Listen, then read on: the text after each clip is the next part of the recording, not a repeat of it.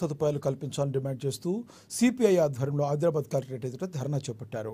వ్యతిరేక నినాదాలతో హోరెత్తిచ్చారు. ఆదిలాబాద్ రూరల్ మండలం సిపిఐ కార్యదర్శి బత్తుల గంగారెడ్డి, సహాయ కార్యదర్శి మోసరం భాస్కర్ల ఆధ్వర్యంలో ఈ ఆందోళన కొనసాగింది.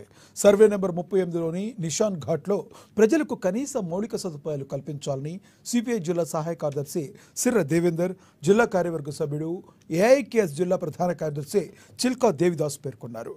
గత 8-9 సంవత్సరాల నుంచి పేదలు గుడిసెలు వేసుకుని జీవనం సాగిస్తున్నారు.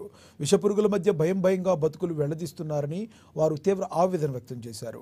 అక్కడ తాగునీరు, రోడ్లు, విద్యుత్, ఇతర మౌలిక వసతులు కల్పించేలా కలెక్టర్, ప్రభుత్వం యుద్ధ ప్రాతిపదికన చర్యలు చేపట్టాలని వారు విజ్ఞప్తి చేశారు.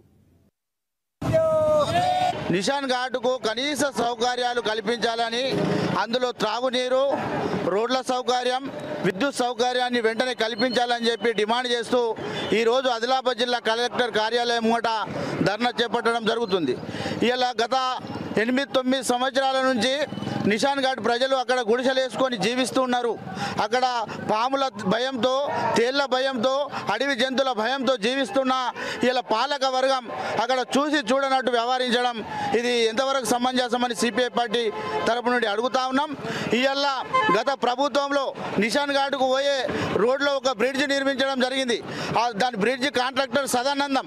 అది నిషాన్ ఇక్కడ ఏదైతే లాండసాంగి రోడ్డు ఉన్నదో ఆ రోడ్డు నుంచి ఇట్లా చంద్రపూర్ పోయే రోడ్డు 30 ఫీట్ల రోడ్డు ఉన్నది.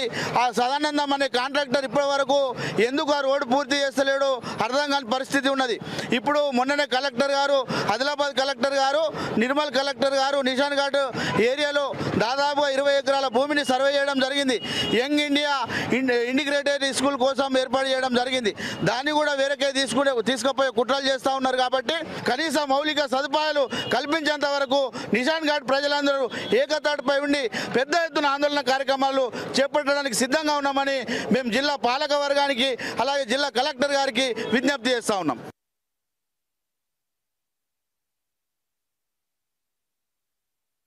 రైతులకు